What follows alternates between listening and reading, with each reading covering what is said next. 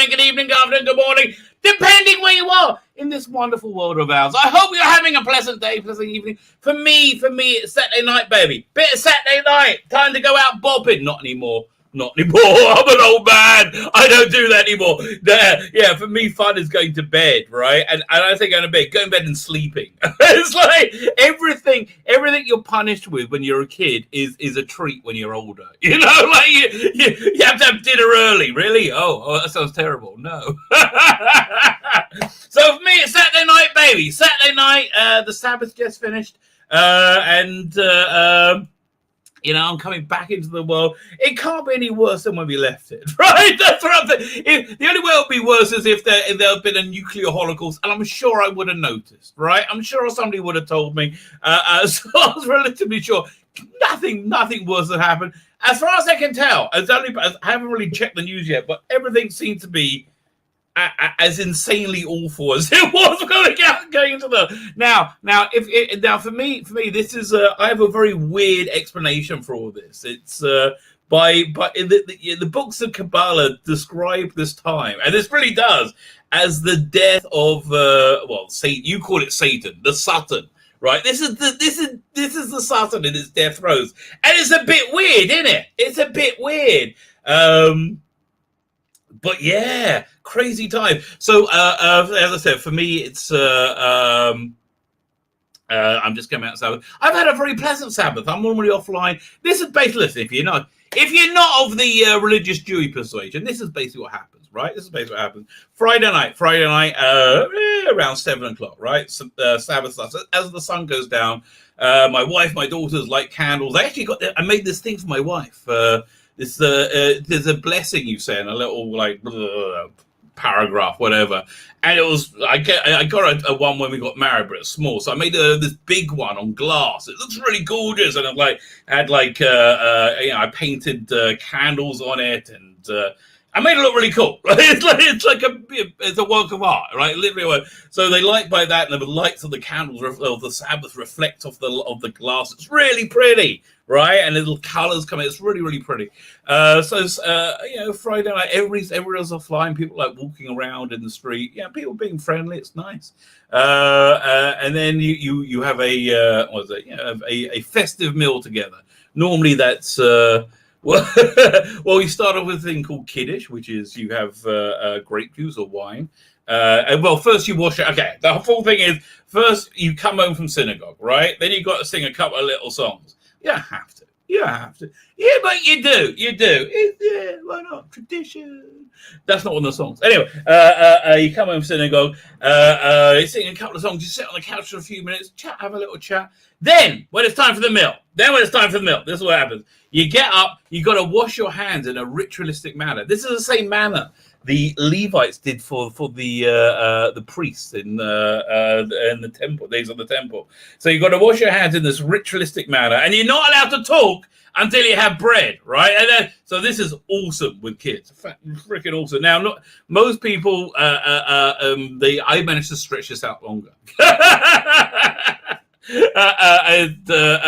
First you have a blessing on wine, and then everybody has this little bit of wine or grape juice, whatever.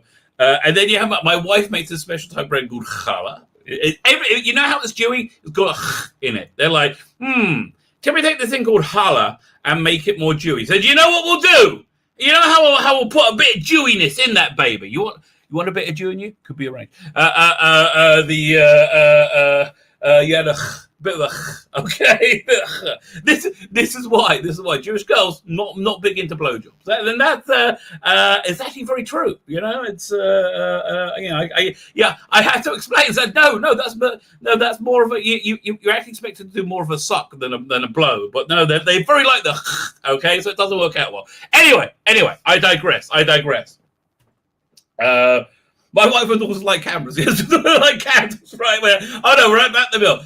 First course is always very Jewy chicken soup, right? After bread, you have the very Jewy chicken soup. It's really good. It's got it's a clear soup. It's got bits of chicken in it if you want, vegetable, zucchini, carrot, onion. It's very pleasant. It's very pleasant. And if you want these little dumplings made out of matzo balls, you can have a few of them. You can dip some bread in. It's kind of a yummy soup. We have it no matter how hot it is outside, right? No matter how excruciating. It's 90 degrees out. No, we're having the hot soup. Really? Why? It's just what we do. And then we actually got lucky Friday night because my wife had a third jab and was not feeling well, so she went to bed, and we all looked at each other and said, "Do you want to all go to bed as well and not have the rest of the meal?" And they was like, "Yes, and we cleaned up, and it was awesome. So the cool thing, where I was meandering too slowly, right? The cool thing about this week is, and you basically you have another meal at lunch the next day. Anyway, the thing I was meandering to, my son is home for the first time in a few weeks now. My son is a tall, lanky stoner. Basically, he's really sweet. He's like the sweetest kid ever. I have him. Where's it? Oh, you can check it. I'll show you. I love it when people read. This is the first printing of one of my comics, right? I love it when people read this, because there's this scene in it where I'll just put up the camera where he over several pages he modeled for the violently hacks the head off. Right, goes dung dung dung over like many pages, dung dung dung dung, and he's the sweetest kid. He really is. I'm telling you, he's like if Honey was made into the person. And the next page is this, where you like pan down, right? And he's lifting up the severed head, right? And the page after that is he wants to show appreciation for it, so he kisses him for everything that he's been taught before. And look at him, look how sweet he looks. He was so cute, okay? Obviously not holding the severed head, you know. But other than the severed head, very cute little boy he was. Oh, very sweet. Anyway, he's back from yeshiva. He always finds himself in interesting places, right? He's not a kid who likes to sit and what we call in yeshiva steig, go over the holy books and learn them in detail. Now, he likes to get out and move about a bit. So he found himself in this high school, right, which is in the desert. You have to drive like 3 hours to get there, and it's like, you know what it's like? I'll tell you exactly what it's like. You ever seen the movie Seven? Right? At the end of Seven, when they leave the city, right? They drive, and they go to bed. That's what it's like. It's nowhere. It's at the border of Egypt. It's like, you know, they can see the fires coming over from Gaza. You know, it's like, it's great. It's nowhere.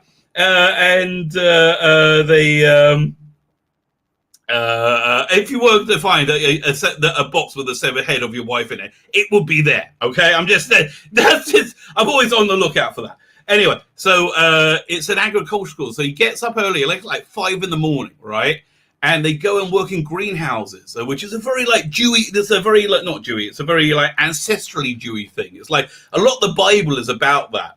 About Jews working the land, right? A lot of it, it's a surprising amount, right? You wouldn't have thought, you know, but a lot of it is about that. So he does that until noon. Then they come home and they wash and first they do the morning services, and then they do the greenhouses, and then they do like afternoon stuff, right? But it was a very, very good for him. It gave him the freedom he needed to like blossom, right? And he blossomed into a huge stoner. He's very sweet, right? And he's very, very sincere. So he's just started kind of university. He's like 18, just started like university. This is yeshiva, a religious place, and he does that until he goes in the army. It's like, so he does this for a couple of years, in the army for a couple of years, come back and does this another year, and it's called Chesed, right? So the place he's gone to is a funky place. And he finds himself in funky places as kids. So it's called Olga. It's a beach rabbinical ceremony. It's on the and it's a stoner. It's a stoner rabbinical ceremony, which is super holy. Like the entire town, including the mafia, which is where I'm getting to. The mafia has a big presence there. Really, really loves the head of this rabbi. I got to find a picture of him. Maybe it's on my wife's timeline. I'm just looking. Okay, I'm seeing her taking the second jab, and then she's advertising friend's hair covering. Oh no! Wait. maybe my son is tagged in this. My son is tagged in this because he has his name in Hebrew. Pain in the ass that he is. Hang on. Oh, where is he? Fine, I'll do a search. We'll try that. 1 second. Oh, it just came up. Where was this?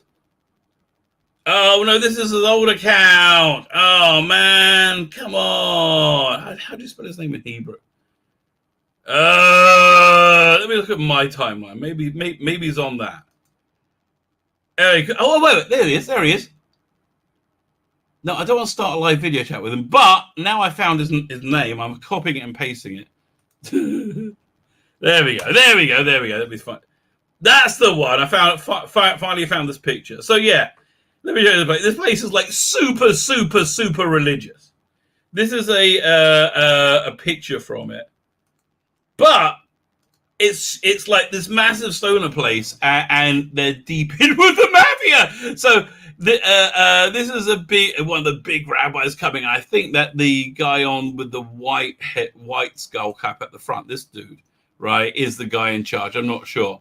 But anyway, this guy was coming down, but the day after this, my son had to go for this thing called there's these prayer services when somebody dies. Well, the prayer service every day, but when somebody dies, you hold private ones in somebody's house, right? So he was sent to the mafia's house for it's like a wake. It's kind of like he goes and to make up the numbers needed for the prayer service, right? He goes in. He says it smelled like I have never smelled weed like that. There, like the mafia boss just loves this rabbi, right? Just my son gets a free, but like he was going to get his ass kicked the other day, and then he's with he's with this guy, with this rabbi. He's a friend of ours. And he was like, oh no, we are both brother, and it's the weirdest thing. So that's that. So he's home. And him with his friends have made this like it's not more than a clubhouse. It's like an apartment. They built a little shed, like a big place actually. They've got a few rooms in it where they hang out, and I assume smoke a lot of weed. Right, that's what seems to happen. So he's been there a lot. So, but anyway, nice to see him again. Smiley little face. Yeah. Speaking of seeing people. I would say that is the vibe of tonight's show. And as you know, always a scary time. Always a scary time when you're entering the unknown, right? Always a scary time. So, I like to put together my own private Suicide Squad. Incidentally, I like that movie. I freaking like that movie. The fact that movie failed is a sign that movies are over. Right?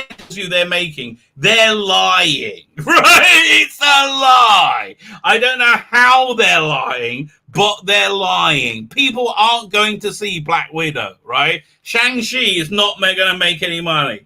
I'll be surprised if cinemas are still open by the time, what's the next one? Doctor Strange comes out. It's over, baby. It's over.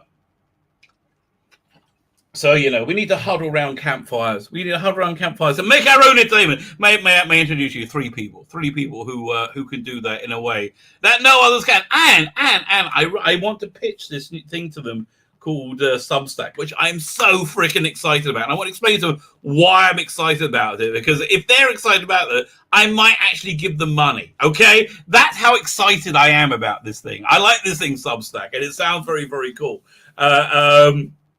So who should I introduce us? I don't know. I'll take it in the order they come. Which is if you're ever in an orgy situation, don't do that. Okay, don't do that. Also, if you find yourself in prison and somebody wants to play choo-choo trains with you, under sufferance, but always insist on being the back train. Okay, always insist on being the back train. Listen, mate. Listen. You don't get advice like this on any other channel. Let me tell you. And I think to help share the load of giving, I think this incredible advice to people. I'm going to introduce my first guest tonight.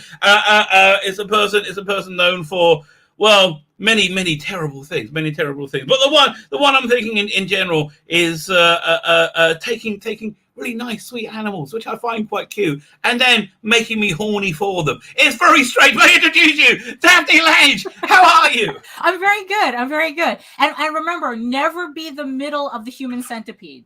That's always true. Never. That's always true. Never be that. That's the movie I've never seen. I didn't wake up to the apocalypse, essentially, but I did wake up to finding out that we're going to be hit by a hurricane tonight. So there you go. Yeah, look, that's called the wrath of God. Let me introduce it to you. That's God being pissed. That was something I was not expecting yesterday. But then again, I try to avoid the news.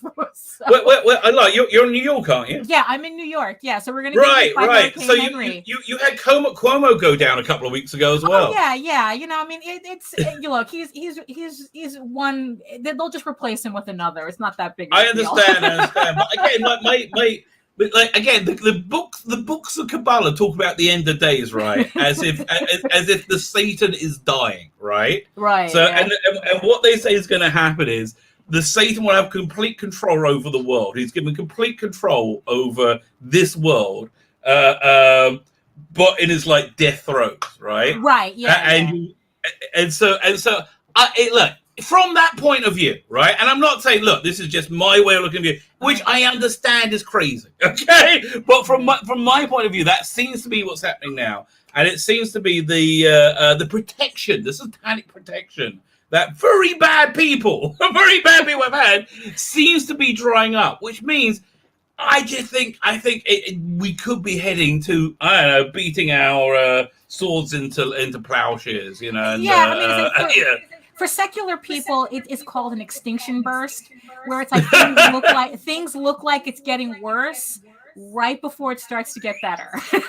So right, I really think that's where we are. I think we're about a month out, right? Yeah, before I don't know what's there, but anyway, you're gonna want to read something at that time. That's why I'm having a chat. Have you looked at the Substack thing yet? You have. I mean, you looked at. No, really. It's like, you know, I had someone ask me about it like a couple of weeks ago, and I really didn't think much about it. And then you came up with it like, oh, have you looked into Substack? And I go, well, no, but you know what? You're the second person to bring it up. So let me start. You know what? Here's one reason I'm excited. Yeah. I think we're early enough in this to be able to make a footprint, right? Yeah. I think we get in now, a couple of years from now, we're in good shape.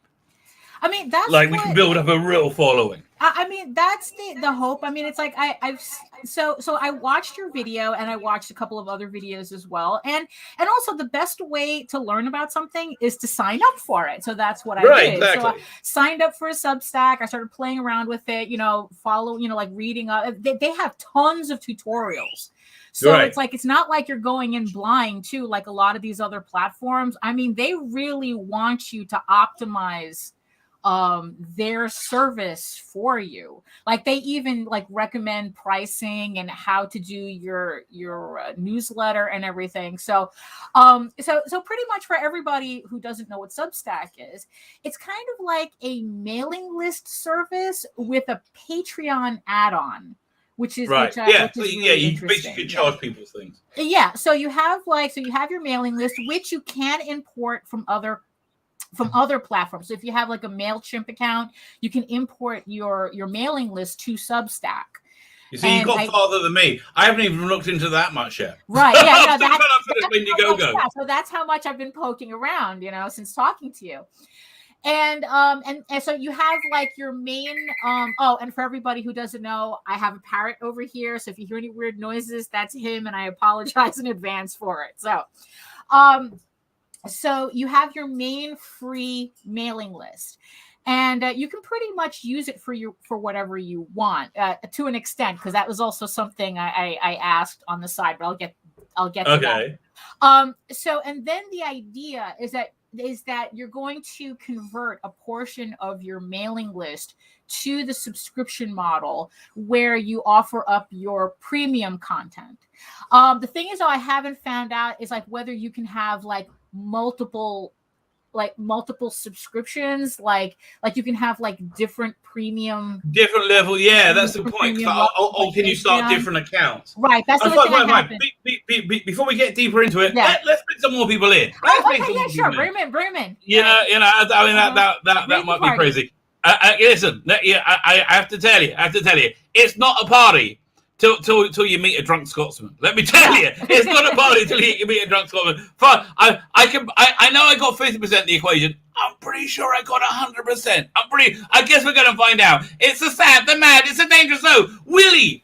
Terry Comics, really cool. How are you, sir? Yes, Good evening, Daphne. Hello. Yes, I am just going to drink my way through the apocalypse as it approaches. Yeah, sometimes that's all you can do.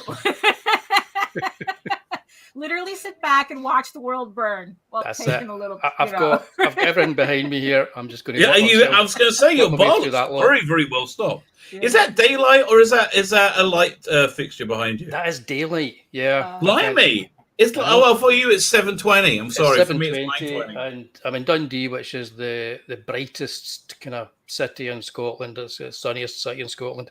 So you will have the sun for about another hour or so. There you go. Well, there you go. So I'm glad to get into a different time zone. My next guest, I don't know what time zones he's in. I don't even know where he's in the world. I think it's somewhere in England, right? I can't really tell. I'm trying to give. Oh, fine. I'm trying to give him a minute to finish speaking, but no. Clearly, I think that's the right time. I was trying to let you finish, mate. But dude, I was holding that bottle to my lips, so you'd bring me in while I was drinking beer. It took me a minute to work it out. Where are you from? Whereabouts are you? I'm in England. I'm in sunny Stoke-on-Trent in England. Oh, there you go. Good evening. How are you? Good afternoon. Hello. Evening. Hello. How am I? Has everybody met each other? No, this is the first time I'm meeting you, so hello and hello. Okay, fine. Let me do the introductions very quickly. Pete Gilmore. Pete Gilmore's got an Indiegogo going right now. It's still funding, right? It's really good. I think honestly, I've gushed about it not in front of you, and I really love it. It's called Jack the Ripper Vampire Hunter. I really think it's your best work. I absolutely adore it. I'm excited for it, right? So it's the link is in the videos. We are going to be looking at it tonight, and it's awesome. So there you go. That's Pete Gilmore. It's written by Maddie Summers. Is that correct? Maddie Summers, correct. I think it's your third collaboration together, right? Third one with Mandy, fifth or sixth one for me on the crowdfunding. Something like that. I lose count. All blurred. I have to say you can see. I can see some of the artwork behind you. It's freaking gorgeous. I'm looking forward to looking at it with you. Is the entire book black and white like that, or it's We tried. Tried color classic. and it just lost. Yeah, that's true. There's some art that you need to leave in black and white. Yeah. No, I like it, and I do like you when you put the splasher red in the logo. I think that really works nicely. Plus, it saves me having to close out every single line. So Oh man, I hate coloring. To my right, I think only physically, probably not politically, but to my right, is the lovely I was going to say Daphne Lage, right? It's Lage. Lage. Yeah, Lage rhymes with rage. Now make that so much easier. Daphne Lage of egoworks.com has many interesting products. Mostly you do a nice fantasy line. What's your fantasy line called again? Well, it's like I have two comic book lines, fantasy lines. I have my main one, Tall Tales, which is a fantasy adventure with furries, kind of like if Disney did Lord of the Rings. So right, but that was kind of PG-13, right? Right, yeah, that's the kind of like the PG-13 one. I have a copy of it right here. So this is also another book in black and white because color kind of gets lost in it, so, right. So, and then I have my other series, which is more mature audiences because it's more like a soap opera, and we all know how soap operas get. So, and my other series is Eagle Raven, Heir of the First Unicorn. So that's my other fantasy series, although this one is in color though. So I at least I like working in both black and white and color. And for those of you who want something, who really want to mix it up, and I have to keep this closed because I don't want to get anybody banned. I also have a line of furry porn artwork called House of Bob. See, I will call it erotica, right? I know. I know. It's like, but you know what? Sometimes I just want to tell people exactly what it is. It's like, look, it's furry porn. You're going to jerk off to it. It's fine. All right. Well, yeah. Listen, I think you jerk off to most things. I think really, what has 2021 taught us? You can jerk off to most things. You know, really there's somebody out there can go, yeah. At last, right? I mean, when I saw what happened to My Little Pony, it was just like, okay, all right. Yeah, exactly. I don't want to know what happened to My Little Pony.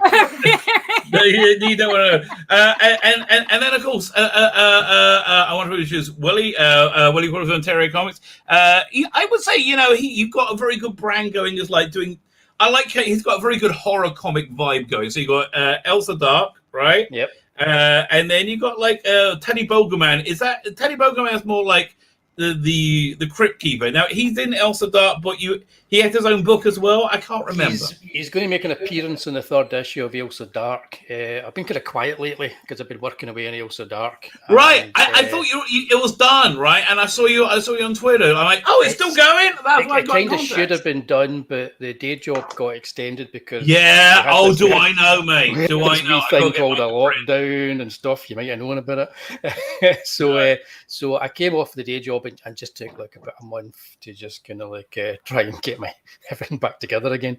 But it's on track to get out in October now, and then the Tatty Bogelman is going to be launching, and everybody will have that one. Tatty Bogelman's Tales of Mystery and Imagination. Everybody will get that one by Christmas because it's actually done. So the campaign I'm going to start next is actually done. But I'm working on Elsa Dark right now, just kind of like working away in the pages, and pretty much I sent out an update again today, so I'll be sending quite a lot of updates. It's looking. Okay, I'm so bad at doing updates. I'm so bad at it. Okay, I got to do more. I just think everyone's watching my videos, and I just talk about shit there. And I'm like, I try to get this done today and that, and every video I talk about it, right? So I figure people just know. Then I realize, no, I really should just update people. Right? Yeah. I'm the same because I went to do an update today and says, it's been at least a week since my last update, and it was a month. And I went, oh dear. I've been as long as you get one, get one a month. One a month. You're safe. I can do one a month. Oh, that I can do. That I can totally. I mean, our latest one, we've done like 4 updates in 3 weeks. So Well, you've got your campaign you're doing. It's like you're pushing it right now, and you're all just very lazy. That's all. Well, I'm working on it in my live streams now, so that people can see that I'm actually doing it. I know. Yeah, I know. I'm joking. Where's your campaign holding now? It's doing pretty well, right? Jack the Ripper. Oh, we just like 3 weeks in, we just cracked. Earlier on today, we just passed $31,000. Oh, so. Very nice. It's going well. It's taken off. It's insane. And I can't understand why. It's good. It's a good campaign. Look, the concept and based on that artwork, it doesn't surprise me. the campaigns we've done before, none of them have got this much money after being, fully going through the campaign and being in demand for months. It's quality. It's good. It's good. The quality is high, and it's not. I won't say the other ones are garbage. This one's just a bit higher quality. I agree. And you have an audience to watch. Sorry? Oh, no, because also I've been seeing too that it's like that a lot of campaigns have been doing very, very well lately. And I also think it has a lot to do with the fact that everybody's like finally coming out of like lockdown and whatever, and it's like, and everyone is just like desperate to get back to normal and getting back into being entertained again. Absolutely. This is it. But actually, it's okay. That's a good segue into Substack. I just could both you, Wullie and Pete. I would have both, but I wanted to read your books, but I just can't pay that shipping. It's crazy, right? Our shipping is really cheap. It's not. It is. If you have a Substack, right? If you're putting this stuff out digitally via Substack, paying like $5 a month, something like that, I would without blinking. I'll be like, 100%, and I would enjoy it. I would enjoy it though. The thing with us is we're building our own thing. We're building our own platform. If Indiegogo went away tomorrow, we'd be fine. We could still put books out. Oh, good for you. I don't like the idea of having to, because it's happened so many times where other platforms have just kicked people off for no reason, and I don't want to have to rely on. Has happened. That definitely has happened. But you know, Kickstarter have just made complete dicks of themselves by exactly. Yeah. So you can't rely on anyone. You've got to rely on yourself. You've got to build your own platform. And also, I'd be more into Substack if they were like, oh look, we've got these awesome artists and they're going to do stuff. No, it's all the writers. Right. Yeah. That's and the thing is, though, I'm a writer. I follow writers. Yeah, what do you want me to tell you? That's great. I signed up straight away because I like the writers. I signed up for Jonathan Hickman's one. Well, but also not for nothing. It's like Substack does say that that's where their focus is the writers, because so many other platforms, it focuses on the artists, like Patreon and pretty much like, even like regular stuff like Facebook and Twitter. It benefits artists, and webtoons. But this is kind of like the first time I'm seeing a platform that benefits writers predominantly. It'll be interesting to see how it works out. Yeah, I mean, I've signed up because I'm the artist. Next year, I plan on putting out a pulp novel based on the graphic novel I'm working on next year. So I've been already looking at that, Substack just for that alone. But like Willie, I think if you have like a Tales from the Crypt horror theme spooky Substack, right? You had like basically a horror 2000 AD, right? Yeah. And I reckon you can get a couple of thousand people paying for that. Yeah, me too. That's real money. Yeah, that's real money. Yeah. That's a good way to pitch it. A horror 2000 AD. I'll use that. Yeah. That's that's so in your wheelhouse to do, right? That's so what you do, right? And you already have content you can put out. You can put out Elsa Dark. Like, why not? You own it, right? And I would like to read it. And I again. I'm like when I finish up my Indiegogo, this is my main focus, because I want to put strips onto this on the premium one, and then have that pay for them, and then do the Indiegogo to do the print edition. Right. It just seems, because like again, it seems to me like I have a block against buying digital comics. I'm like $3.99 for a digital. I piss off. No. But this seems like, I got a stream of entertainment coming to me, and I enjoy that, right? It's just as a different delivery system, right? And it gets rid of some blocks, and it seems, with Indiegogos, you're asking for people to put down $50 to $100, right? Yeah, you're asking people to put down $5. It's different, right? That you can build up a bigger audience that way. I mean, my bottom line is I just want people reading my stuff. Right. And paying me for it. That's the only thing. I would like that to happen. There's that, but I need to make a living. This is my job. Yeah. This is my only job. So, it's. But it'll be. I just see it being like an additional income. I see it being an additional income rather than Sorry? It really depends, because according to Substack, because like I said, they have instructions on everything, right? So the people who would benefit, because both your concerns are correct. It's like do you trust them? It's like, do you trust Substack to not become gatekeeping later on down the line once you've already established yourself, And also the other thing too is that, do you have the content to start to take advantage of this now? Because like right now we are seeing Substack, at least in the comic book sense, like on the ground floor, but those big contracts that they gave out are only for the year. So so the question is whether these big writers that they signed on to create for Substack will still be there once the contract expires. Well, next year. but you know, I think it's different than that, though. I don't think that matters, because I think them signing on is making Substack a place that's kosher to get comic book content from. Right. Well, I think it's just created it. Like, I'd never thought of it till they invested in it. That they're investing, they're paying Jonathan Hickman, all those people, all that money. So people like us go on Substack. Yes. Oh, that's exactly. Yeah. They were kind of like the bait. We're the investment, and I think we're a good investment. I think we've all got good content. And bottom line, I think our content sells our work more than anything else. And this seems to be a great way of getting people to get to our content. Yeah, but the only problem I have, because I'm thinking of doing it at some point, but the only problem I have is it's taken me about 5 days to work on a double-page spread as an artist that I'm going to put into the comic. Right, so it's a 64-page comic book, and that's me taking 5 days to work on this double-page spread. It took me 5 minutes to write it. You know, so there is that. So that's why I agree with kind of Pete insofar as it's very much a kind of like, it's an add-on. It can be like something that helps subsidize, but it's not currently something that I would think of as being the main thing for building up kind of like a fan base or you know, any kind of community around my work.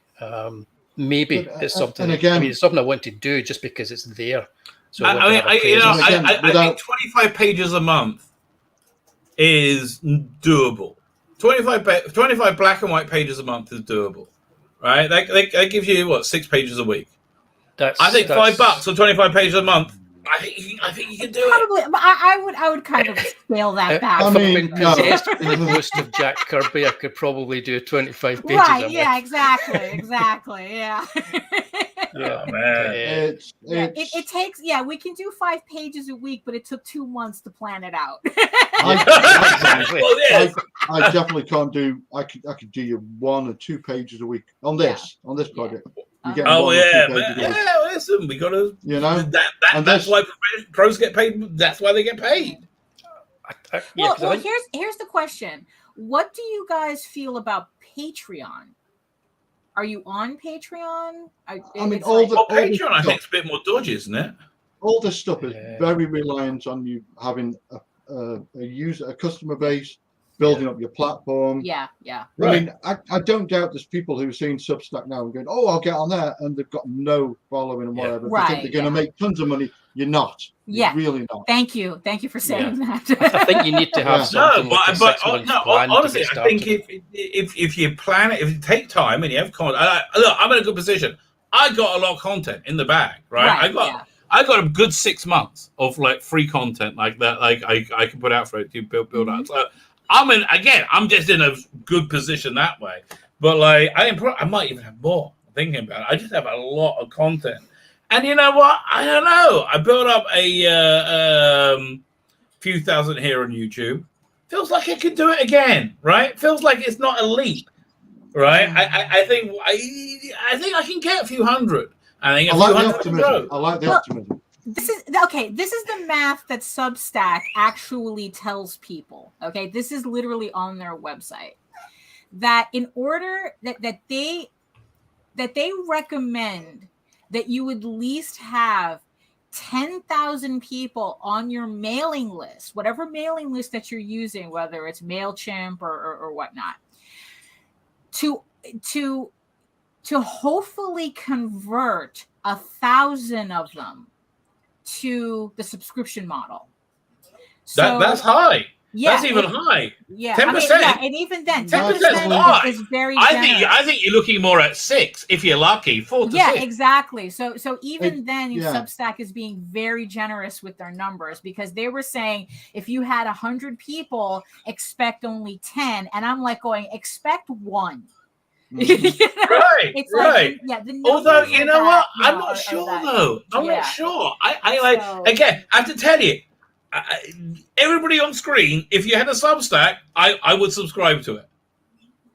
I just would. I'm just as a consumer. Well, I like to read your stuff, and I would totally subscribe to it. It's like, I mean, if you look at something like say Twitter, you're looking at maybe 3% of your following that will actually go through and buy stuff and support. Oh yeah, definitely. You know? Yeah. Well, It's minuscule. It's minuscule. Mm-hmm. I mean, But I think it's doable for little guys. I think it's doable for us, more so than most. I mean, I really do. Though. I'm not against it. I do somewhat like the model, but the thing is, though, it's like, don't go in there expecting to make six figures in the first year. You know, it's like, these guys who are successful at it. I mean, it's like, look, if Peter Palmiotti, if Brian Polito, if Ethan, if they went on Substack, they would be instant successes. But that's not indicative of everybody else. So because they're bringing in the numbers to support that, so no matter what they do, no matter what platform could spring up tomorrow, they will already be successes on those platforms. Obviously, they've already got a paying following, right? So smaller people have to really consider. You've got to build your following, you right? have to build it, and also you have to consider your return on your time investment. Yeah. Because it's like I spent 3 years on Webtoons, and that was a chore.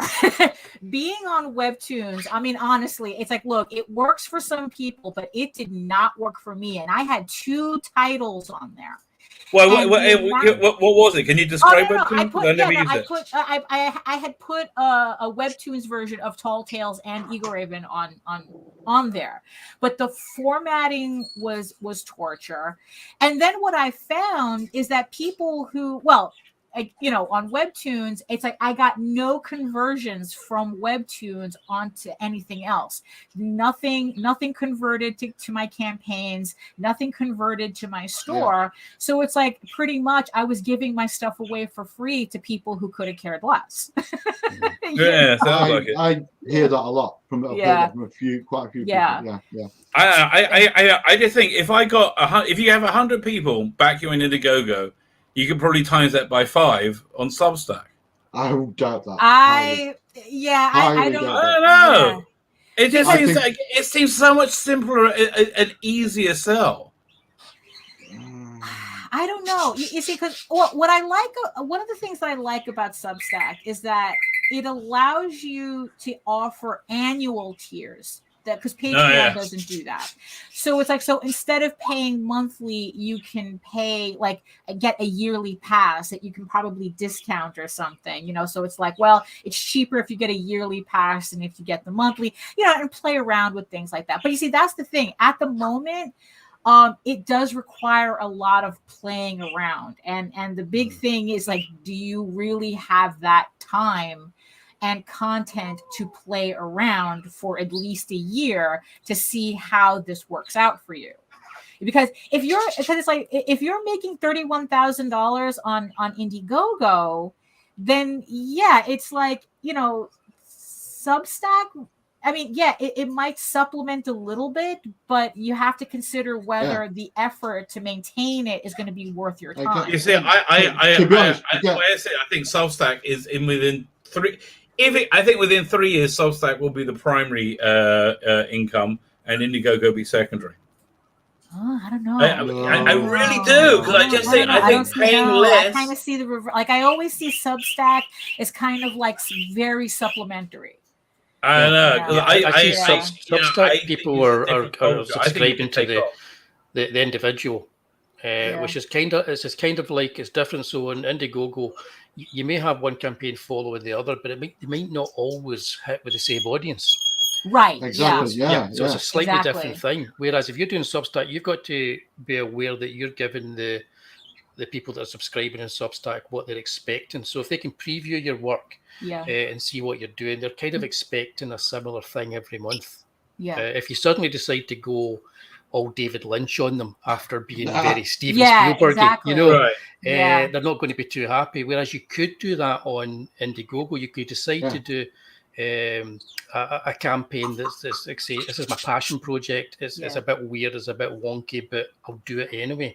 and you might lose subscribers from your previous campaign, but you might gain others. It might not do as well, and you can always bring back those previous subscribers. You know what? You have continuation. If something experimental, you could put out on your free Substack, and if people like it, then put it on your premium. I mean, you see, that's the thing. I'm completely not against it. I mean, it's just another option, but I don't see it being a replacement for anything. Like I know a lot of people really like the idea of a one-stop shop social media platform, but I don't think there's ever going to be social media platforms exist to promote whatever you're selling. This is your product. Yeah. Right. Look for me again. I'm planning on starting a free one. I got just tons of content, right? Just why not? Well, but that's the thing though. It's like, because it's like, that's a benefit, because it's like, especially if you have tons of content, you can pre-schedule all these posts. So, and it's like, and have it just, you can spend the day just setting up months worth of archives, and it'll just update on its own. And then, okay, maybe you'll do like a free article a week or something, but the premium content you don't have to worry about because it'll update on its own. Yeah, and honestly, I have the 2000 AD digital subscription, right? And you have to use the app on your tablet to access. 2000 AD is a comic book, right? I got to use the app on a tablet to get to it. I would much rather get it through a Substack. Like via an email, just like it would just be easier for me, right? I would like, and I'll just sit and read. Like it seems to be just a great way, and people are used to getting digital comics now. After COVID, right? And then they'll buy if they want it, they'll buy the premium print copy. I don't think you'll bite into your print sales at all. I think it's going to augment them. Well, that would be the idea. I think we kind of know where you're coming from and kind of agree with you, but you've got three artists here whose work is actually quite detailed and quite intricate. So if we all did work like Charles Schulz, like Peanuts, and we could knock out 4 panels a day, 5 panels a day, 8 panels a day, I can see exactly how it would work for us. But I think the problem we have with it is it can't be our main go-to, because the way that we work and the kind of work that we produce demands that we need time to do that and time to build up the audience. Yeah. Right. I mean, listen, I'm planning on paying artists. That would be my goal. So it's like, we know for sure we have one subscriber here. If I'll get up Substacks, we have one guaranteed subscriber. It just seems to be like, I'm like, why not? It seems to get. I mean, look, I'll go on it. I'll see how it goes. I know. But at the end, that's all you can do. It's like if you really want to, like I said, I opened up one just to play around with it to see what happens. Maybe I'll put stuff up on and just not worry about it. Actually, you know what? Why I'm excited about it? What do you? It's a social media platform that relies on personality, which is much like YouTube. Right, so for me that's great, and I got content. Yeah. I mean, it's content means having content. No, is great. Content means everything. Yeah, just like I always give props to people who actually go live on a campaign with a finished product. It's like it's kind of like that for me. It's like I love it when people say it's like, I'm running a campaign right now for a book, and by the way, the book is done already, so you don't have to guess whether you're going to get it or not. Oh, don't be so sure. My book was done already.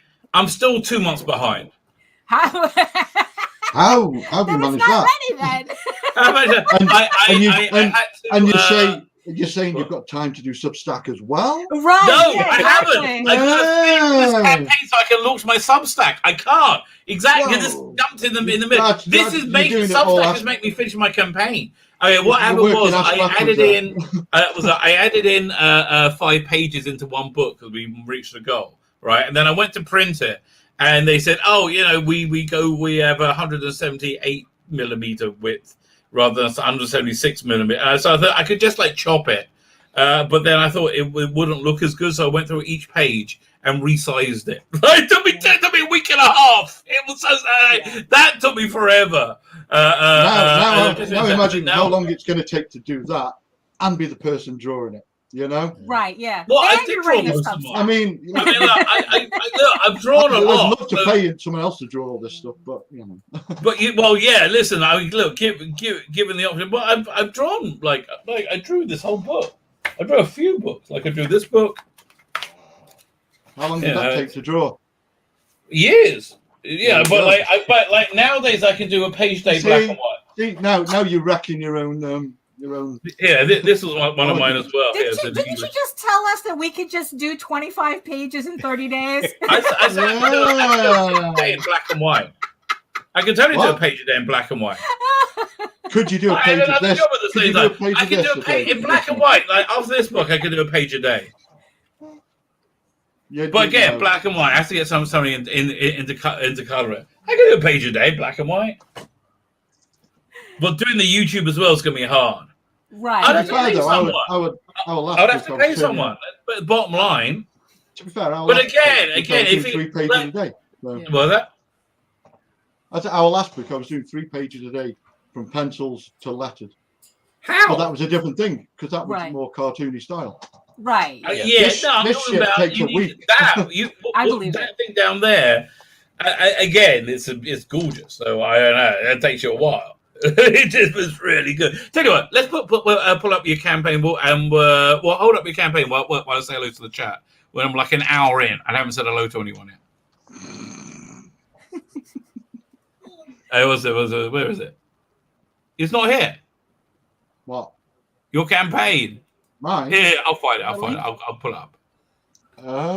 That'd be there. I got it here. I just found it. Did you put a link in the private chat? No, here. I'm pulling it up. Oh, okay. Over here. Drink. I could have just shared my because I've got it pulled up already. But it's pulled up 24/7. I'm always hitting the crowd. Don't do that to yourself. Campaign. You're gonna stress yourself out like that. You're at 31,000. I think you relax for a little stressful. It's not stressful. It's exciting. No, it's joyful. It's like I bet it's pure bliss. It's fantastic. Yeah. It was a good. Let me leave it on a good image while I say hello to the chat.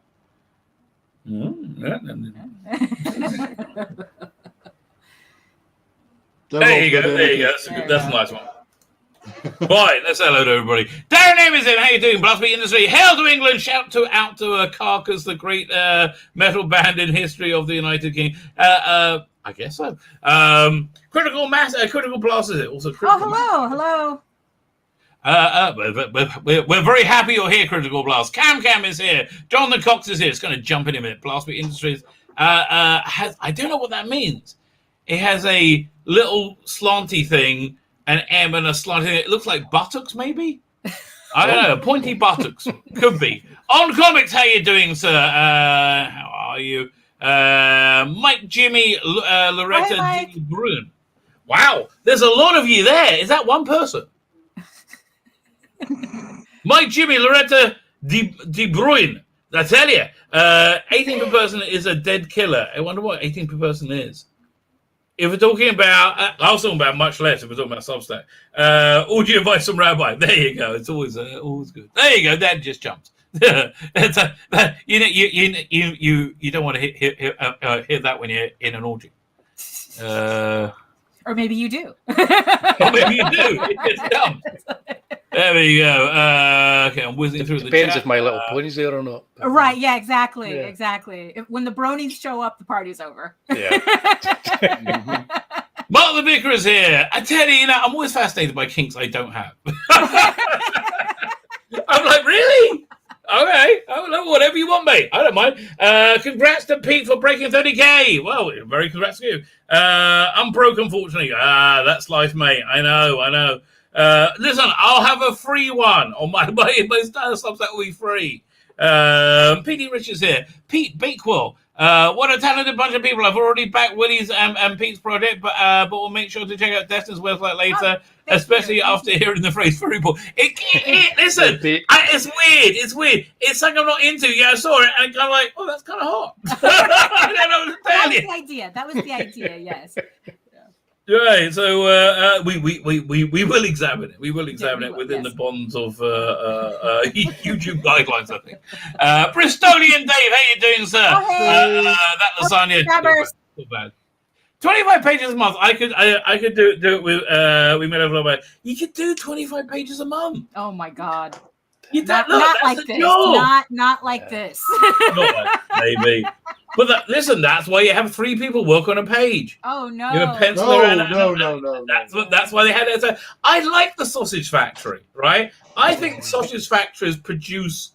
Is this another prison story? Manga, yeah. That's like the manga style, where it's like they have like people like just drawing the backgrounds and people. I don't know. Listen, my artist in the Philippines could do 30 pages a month without blinking. Well, that's because he probably has the whole bullpen of people doing it. You know, doing it like. I don't know. Listen, he like produces relentless quality at a decent price. I know there's a ton of people out there who could do it.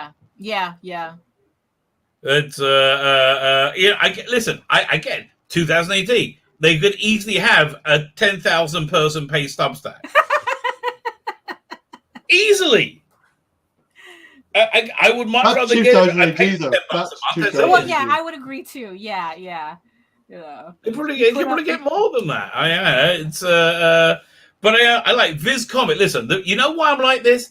We got this thing in called Viz Comic, which sells 200,000 a month. So ridiculous numbers, right? I bought it on issue 7 when they like made it by hand from like a printing machine, right? And like in Forbidden Planet in London, right? And I saw it and it was good. I took it to school the next day, showed it to my teachers. Everybody loved it. Why? Because it's good. Yeah. I've seen people respond to quality. Yes. I'm sorry. I just think you all have quality. I think I have quality. I think you all have quality. And again, I would totally subscribe to every one of you. So that's going to be the challenge. So it's like, so I'm going to like fix up, like figure out what to do with my Substack, and so you better be the first subscriber on there. Okay, but you know what? Listen, I'm going to be going on as many shows as I can, like in my Substack. Right. Right, and I think we should support each other's Substack. I'll have any of you on, right? It's like I think we should be plugging each other. I think it should be a thing that we plug for each other. Because it just seems to be, this is like, you know what? I felt this way about when I first heard about Comicsgate. I was like, this looks like when the idea of creating a YouTube channel and converting into sales to sell comics, I like, that could work, right? And I've seen it work. The people who did it much better than me. What's the name of the book? They got this book, Mavericks. But they did it much better than me. They waited longer, they built it up better, and they did it better than me, and they had a better campaign. Well, but that's how that works. Well, planning, yeah. I got too excited. I'll reserve judgment on Substack till they've been going for 3 years. I hear. But once it's gone 3 years, you're not one of the first in the door. Yeah, but I'm not going to put all that time into something that maybe again. I'm lucky. But you've got 2 books worth of stuff. Let me finish. We've got like 5 books worth of stuff we could put on there, But look, I'm going to wait until I see whether there's any fuckery with wokery, for starters, and then I'm going to wait and see if there's any fuckery with payment providers and payment systems, because all this shit keeps happening. I'm not going to put any time into something. You're right. You're right, man. What is your major issue with the payment providers? Because that kind of segues into something that I had to look up separately. But go. What is your concern with payment providers? When they start dictating to platforms what content they can have on there, otherwise they'll take away their. Well, there's OnlyFans, isn't there? Well, that's the thing, because it's like I had to email Substack separately because I couldn't find it. I couldn't find any answers to this. So, to be blunt about it, I went into their terms of service and looked into their into their terms of service about pornographic content, because that's some of the artwork that's yeah. And they were extremely vague about it in their terms of service, which concerned me. They outright said that they do not allow pornography of any type on the website. But I emailed them asking them, it's like, okay, what's your definition of pornography? It's like, because I had explained to them what I did. It's like, look, all my artwork is illustrative. There are no real models involved. There's no photography. It's horny fantasy art. I mean, it's like, this is what I do. And it's like, and I want to know what exactly are the limitations of this artwork on your website. And they did, and they answered me back. And they said that because of their provider, which is Stripe, they use Stripe to process. They said absolutely no sexually explicit material is allowed on the website, whether it's drawn or photography. And they said and they understand artistic nudity. However, everything would be, I guess, kind of like verified on a case by case. It's subjective, right? Subjective, isn't it? And so, it's like that is such a huge red flag for me. There you go. Well, in that case, I'm out. It'd be subjective unless you've got a CG hashtag in your work, in which case it wouldn't be subjective. Right. It's because it's like, okay, so are you telling me that titties are okay, but what if I show a dick somewhere? All of a sudden you're going to flag my account? Honestly, I think you're in trouble with penetration. Well, you see, that's the thing, because it's like they keep it vague enough so that they're the ones subjective about it, and you're at their mercy for it. Yeah. Because when I was banned on Patreon for my adult art, it was because I showed too much butt cheek on a piece that looked like, I'm sorry about that. That looked like it could have been in a Sports Illustrated, So it's like all of a sudden, all of a sudden I was on somebody's radar, and we hadn't even really gotten to the dirty stuff. Well, this is it. I mean, there's no. It's their definition of sexual content. I mean, in this book we're doing now, this Jack the Ripper, there's nudity. Right. There's some gruesome, gore and horror. Yeah. Is that all up to their interpretation? Yeah. Now, I'm not. Yeah. And all that has to happen is they employ a certain person at some point. That person has a different view, and you're screwed.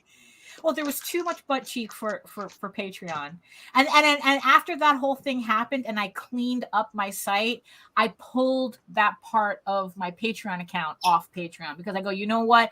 I'm now on somebody's radar, and I'm not going to sit here constantly being soft banned every time they see something they didn't like on the thing. And mind you, and this is on an adult account. It was marked adult. I mean, it was just ridiculous what I had to, the hoops I had to jump through for this. So that's the thing with Substack, and they completely put it at the feet of their payment processor. Yeah. Yeah, I hear it. Listen, look, I'm demonetizing YouTube. I don't know. Like, my content, I think is within the line. I don't know. Is it? How do you know? You see, that's the thing. You don't know. You don't. Well, listen, look, I think the apocalypse is coming anyway. all this is based on there not being an apocalypse. So, I still reckon. But for me, I think both of you could build up a Substack. I really do. Look, I'll go first, okay? I'll go first, and if it don't work out, groovy. But I think it's going to work out. I'm an optimistic guy. What can I tell you? You know what? It's like, that's the funny thing, because it's like, actually, if you have like examples of Substacks that you're looking at that you actually enjoy, I'd appreciate links to that. John Hickman one. He's the only one I signed up for so far, but I really like it. The examples that Substack gives are kind of lame. So not exactly encouraging. It's kind of like the examples Substack gives for their accounts are like if like your mom's Facebook at like $5 a month. I mean, it's awful. I mean, look, that I would like image better examples.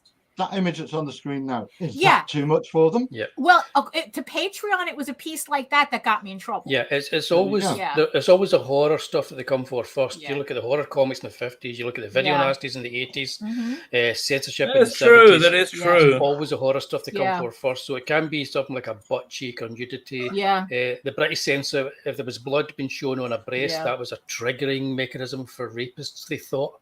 So that was cut from old Hammer movies. Oh, well, I'm so screwed. I'm screwed. Yeah, you're done, man. Yeah, but that's a real concern, especially lately. I mean, it's like there just seems to be a lot of purges going on a lot of these platforms. And it's like, and in the end, you are right. I mean, it's like there comes a point where you have to kind of like develop your own system separate from everybody just to be able to sell your stuff.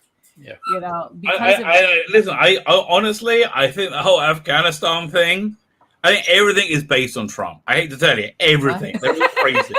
Everything is based on Trump. The purges because of Trump. Everything. They went crazy because of Trump. Okay, I think everything is based on it. I think Biden is based on Trump. I think they're all mad at Biden because everyone's got egg on their face right now. And I really think it's like as stupid as that. And I really, because that's how the stock market actually works. On things literally as stupid as that.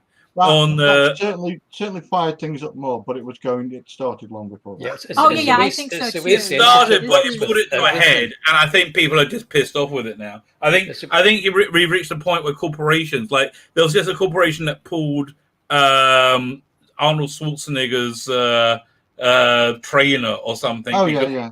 He's at a pro mask thing, you know, like whatever, like screw your freedom. Whatever stupid thing he said, you know. Yeah. Although I have to tell you, it was his father, literally his father, that used public health as a reason to throw Jews into ovens. I'm just saying, right? Maybe he should backtrack back a little bit. It was literally your dad, mate. Literally. But, what do you want me to tell you? That just goes to show you how you can use pretty much anything. For anything. But I think this is coming to a head. I think it's like. I don't know. I'm just an optimist. Obviously. I mean, you are. I mean, you are much more of an optimist than at least I am. That's for sure.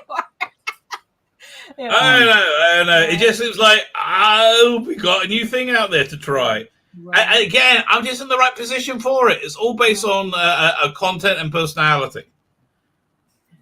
I love these pages, by the way. Freaking again. I like. Okay, how much are these packages? These packages. Let's start with your main one. Oh yeah, there you go. 25. The main one. That's $100 for both covers. The sketch card from me, sketch card from Mandy. Which is it's not your average sketch card for me. It's like as detailed as the pages. So. Oh. It's not like a 10-minute. Is shipping for it? Shipping is $20. So in pounds, that's like it's £13-14, something like that. Right. I'm looking at it. See, that's the thing that really puts me off. Dude, it's cheaper than anyone else. I know, but still, it's not. Well, I mean, you've got it. Yeah, I know. The book is $25. Yeah, and I don't want to buy a digital file of it, but I would buy. Yeah, we're not doing digital. So I would totally buy this as a subset. I just would. I don't know what to tell you. I don't want to lie to you. You're going to get all the stretch films that come with it as well. Plus, you get all the extra stuff. You get all the extra stretch. Listen, I'm not arguing with you. I'm just telling. Is it good value? Do I want people to back it? Yes, I do. I think it's your best work. I think it's a genuinely beautiful piece. I mean, you know, I do. Right? Tell you what, I genuinely do. Right? Tell you what, if you go for the perk with the original page of artwork, that's an incredible bargain. It's well. How much is that? How much is that? That's 200. 200. Yeah, you get both. Yeah, that's really good value. A page of the original artwork. You see, you don't get a PDF of that. You can't hang a PDF on your. Well, you could. I understand, but you do this.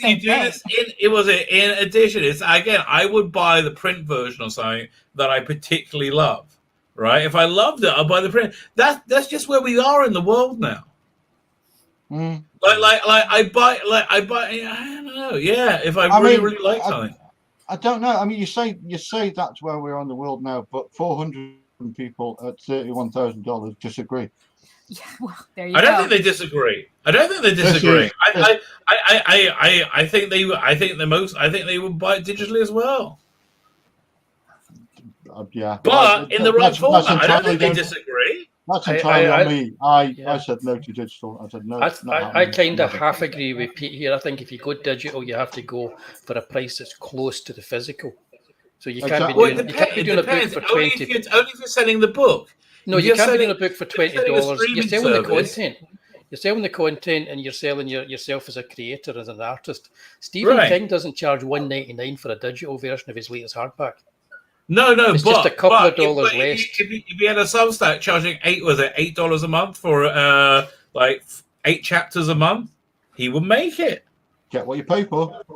Yeah, but no, he would charge more than $8. He would how many subscribers do you reckon he would have? What, 30,000 subscribers paying $8 a month for a new chapter of his book a week, or 2 chapters of the book of his week, a book a week? My wife would do that for, what was it, Daniel Silver? He's nowhere near as big. To be fair, Stephen King's recent stuff isn't worth that much. Well, yeah, I'm just saying, like, I don't know, like anybody with a following, I think could convert that. I think the conversion from a following into I think it's an easier sell for me. So I just think it'll be an easier sell for more people. Yeah. But on the subject of the shipping price, that's literally as cheap as we can do it. No, really, I agree with you. I'm not saying you're ripping anybody off. I'm not at all. And it's just everything costs more to ship to Israel. Amazon just started shipping to Israel again, and it was like a public holiday. People, and like, I just love these pages. I'm looking at it going, I might have to get a physical copy. It's a really nice book. You might have to. It's what's this? And I have to admit too, this is not the type of artwork that you really that digital does justice. Like Absolutely. You really have to see this. On I would buy both. I would totally buy both. I would enjoy the streaming service, right? I view it as a streaming service. So I would love like a Teddy Bogerman tale, like, you know, or whatever. You hire the artist, right, and you just draw the Teddy Bogerman, and then you write the spooky story. I would buy that. I would love that story. You know what it is? It's like, you know, you're saying that this is like a streaming service, and we're a little bit more like Martin Scorsese, going, you have to see it in a theater. You know what? I'm against Scorsese. Like I'm so glad I didn't have to go see Black Widow in the theater.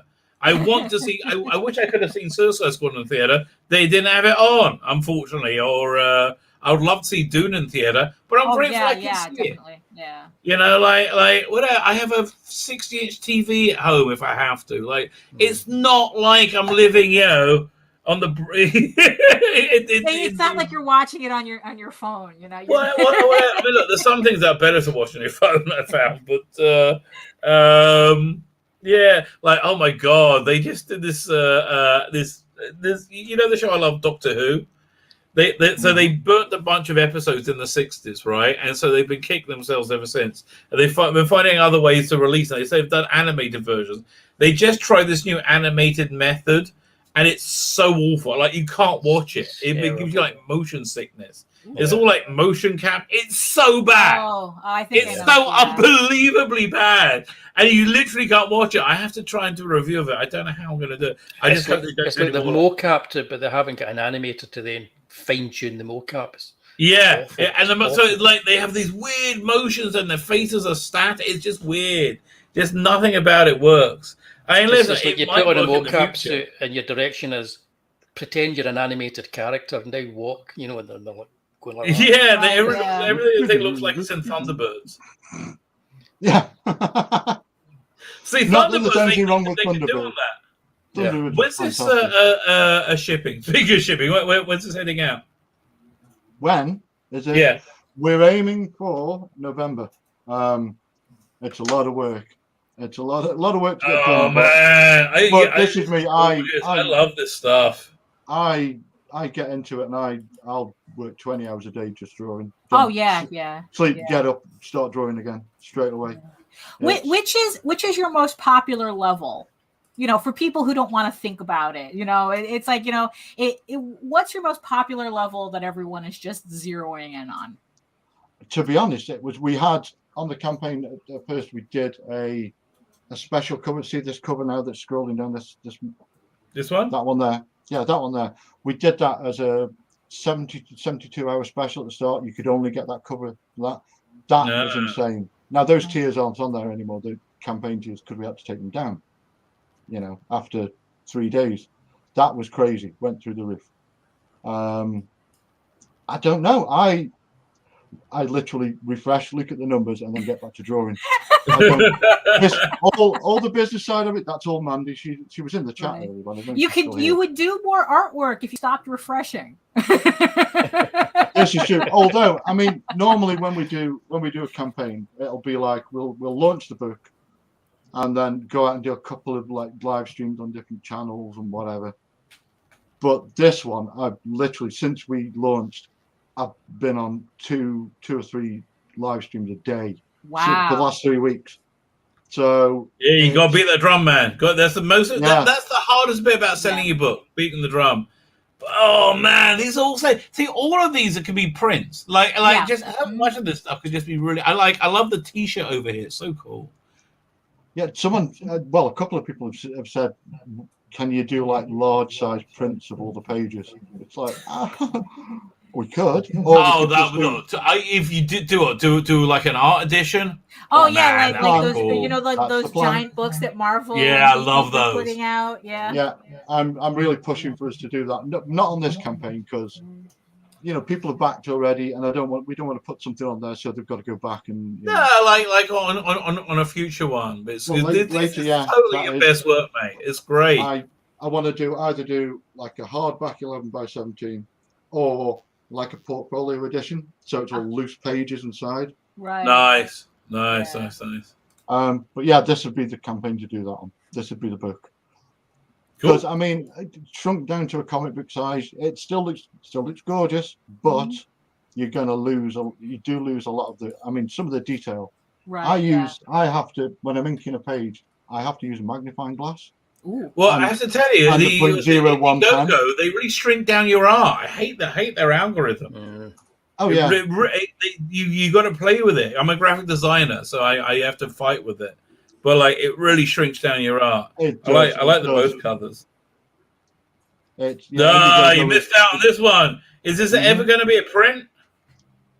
Maybe not. We've actually got a thing on at the moment. If anyone who's backed already, and anyone who backs before Monday gets an extra bonus print.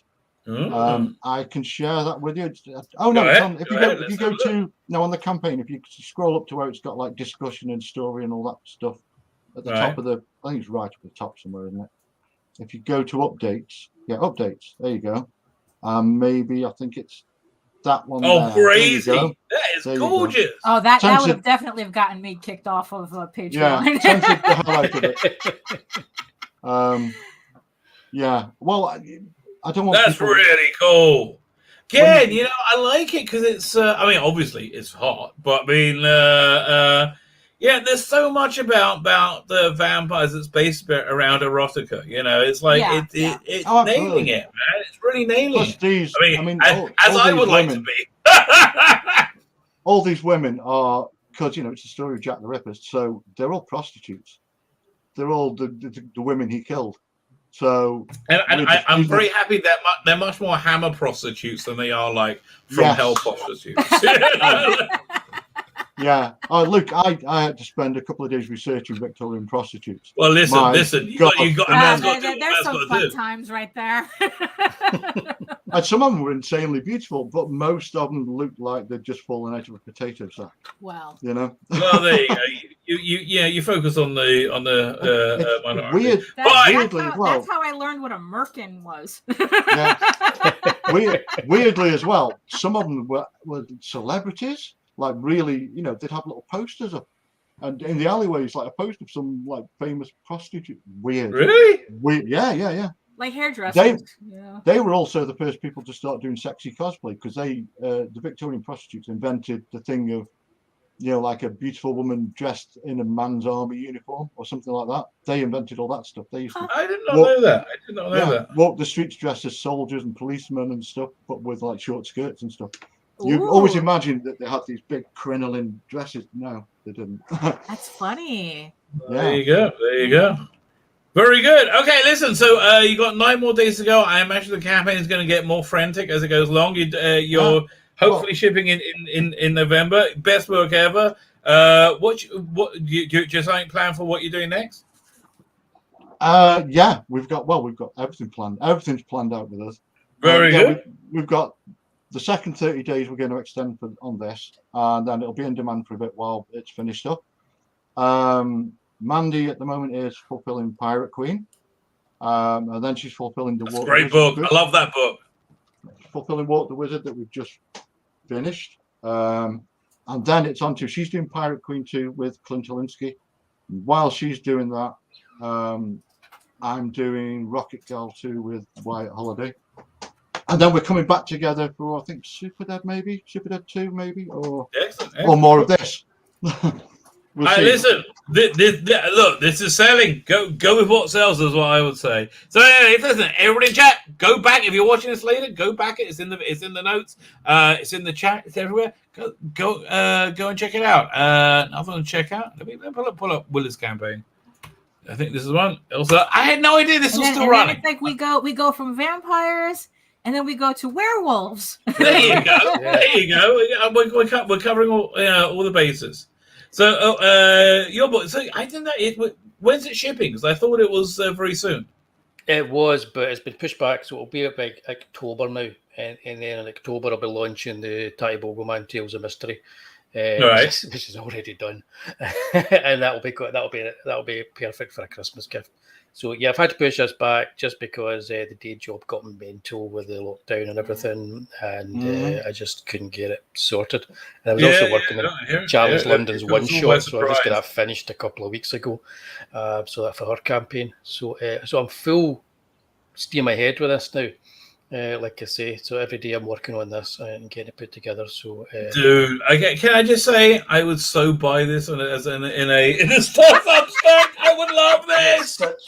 He's really like it. What do you want out of me?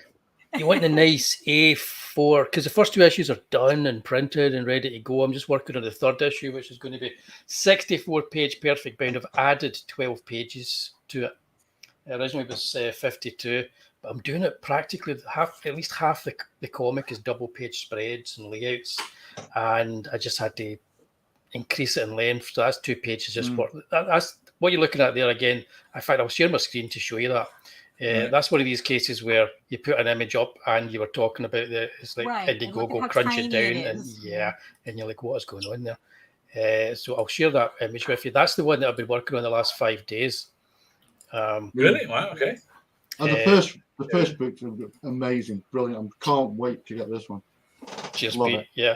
Man, I love the way it all now comes I can see together. it. So that's what really annoys. It's really annoying when you put stuff up there. You send it out and kind of like updates, and you're like, there's so much in it. So this is like the last third of the 3rd book, and it's Elsa who's been through hell, and she's up against one of the big bads, Mr. Goodwin, with his monocle, the monocled werewolf, who's lived for centuries.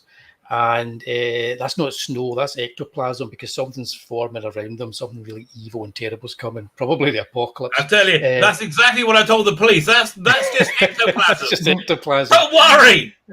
Don't worry. So everyone is fine. The fur will grow back. A combination of ectoplasm and blood. You'll notice there that the werewolf's blood is red, but Elsa's blood is black. So she is indeed dark by name and dark by nature. So yeah, this is kind of like what I'm working on. That's the kind of the quality I'm going for double page spreads and just trying to get something that it's going to be that wee bit later than it would have been, but I'm not going to. It's good. Look, take your time, mate. Looks fantastic. People have paid good money for this, and they're going to get a crack. Dude, was it zoom in? Let's can we see some detail? Sure.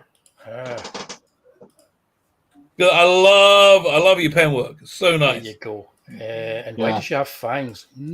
She's not a Yeah, vampire. exactly. She's not a It's vampire. like, and you lose that in the digital format. You know, you lose that reading that on your phone. That is true. I don't read anything on my phone. I'm too old. I'll read something on my tablet. I don't even read emails on my phone. Well, this is done at quite a high resolution. So my digital files, when people do get the digital files, they are they can really zoom in and get all this detail, some of the detail that might be lost actually in the printing. But what you get in the printing, because I'm going for A4 and then the silk paper I'm using, even the colours, I'm making sure that the actual values of the colours that I'm using work properly and print properly. So I've got the same palette that I've used in the first issue that I'm bringing all the way through all 3 issues, and I know it's going to work. It's never going to be too dark, and it's going to have that nice uniform quality. The actual style I'm drawing is kind of changed throughout it, and you'll see if you look at some of if you bring up the campaign again, you look at some of the earlier pages, you'll see how there's kind of changes in the way that I've been doing it, because the first issue was done a couple of years ago for convention before Indiegogo, when I even started doing that. And I did the Indiegogo to get the second issue done, did that last year, fulfilled it, went back and remastered the first issue. So you can tell it's my style all the way through it, but it's kind of changing, it's kind of morphing as it goes on. And the way I think about it is it's becoming more big screen. It's like these Christopher Nolan suddenly goes to IMAX in The Dark Knight. You know, that's what I've done with the third issue. I'm hoping that people think, well, he's suddenly going to IMAX. This is kind of cool. But, you know, I have to say, listen, for all me beating the drum about Substack and digital stuff, I love the form factor of this book, right? It's got that real, like, EC feeling to it. Yeah, I'm going EC Warren Comics. There's lots of things in there. For the third issue, I'm thinking Jack Kirby, not in the style I'm drawing, but in the dynamic quality of it. I'm thinking people like Jim Steranko, Jose Gonzalez, Valparella, that kind of stuff. It's all there in the back of my head when I'm working on it. And the characters are all based on either actors that I like or real people that I know. So Elsa's based on a real person. Umir Nawaz, her partner, he's based on a real person. Tati Bogelman, that's me. What can I say? That's funny. That's a funny So it's like you were saying, I'm kind of building a wee brand here with Elsa Dark, the Tati Bogelman, in a wee world. Yeah, I'm just saying, I love a horror 2000 AD. It'd be awesome. They tried and they failed, didn't they? What's that called? Scream magazine? Scream, that didn't last that long. That was pretty good, though, I think. It was okay.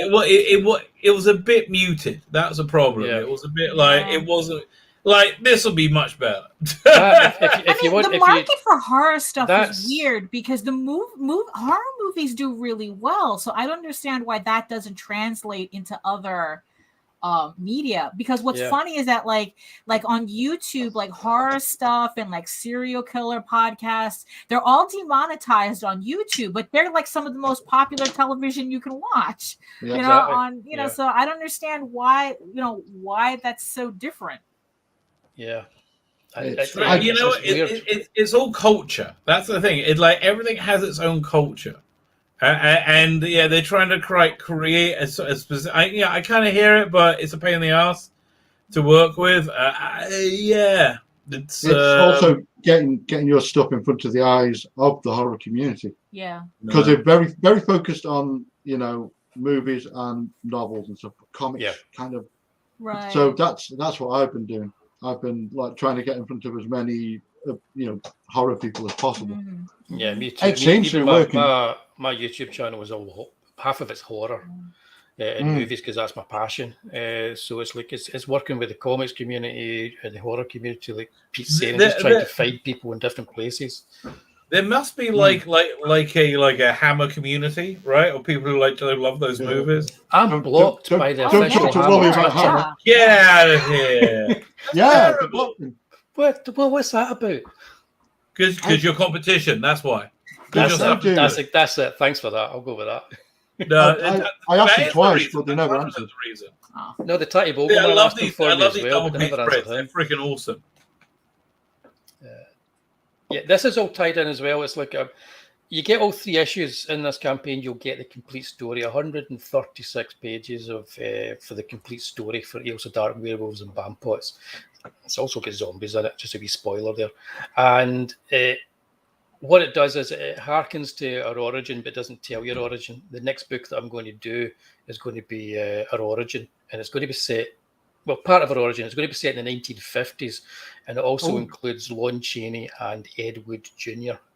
in the book. Yeah, no, I love the horror stuff. You work into it. So, what tiers are still available on this? You get the Dark Box, right? Was it Fear Box? Dark Box is free delivery. You get everything. You get all 3 books, 2 36-page A4 books, one 64-page now perfect bound book. You get the prints. You get the making of, which is now expanding. It's becoming a square making of book, which tells you the entire history of essentially all my comics leading up to where we are right now, and a wee bit of what's coming next.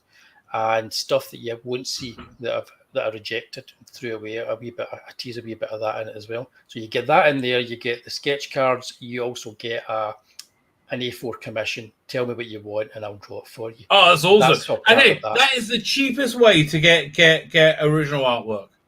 Yeah, that's it. So it looks $225. You think, whoa, but you get a lot in there. You also get a badge or a button, as you call it in America. You get a lot in there, plus you get a commission.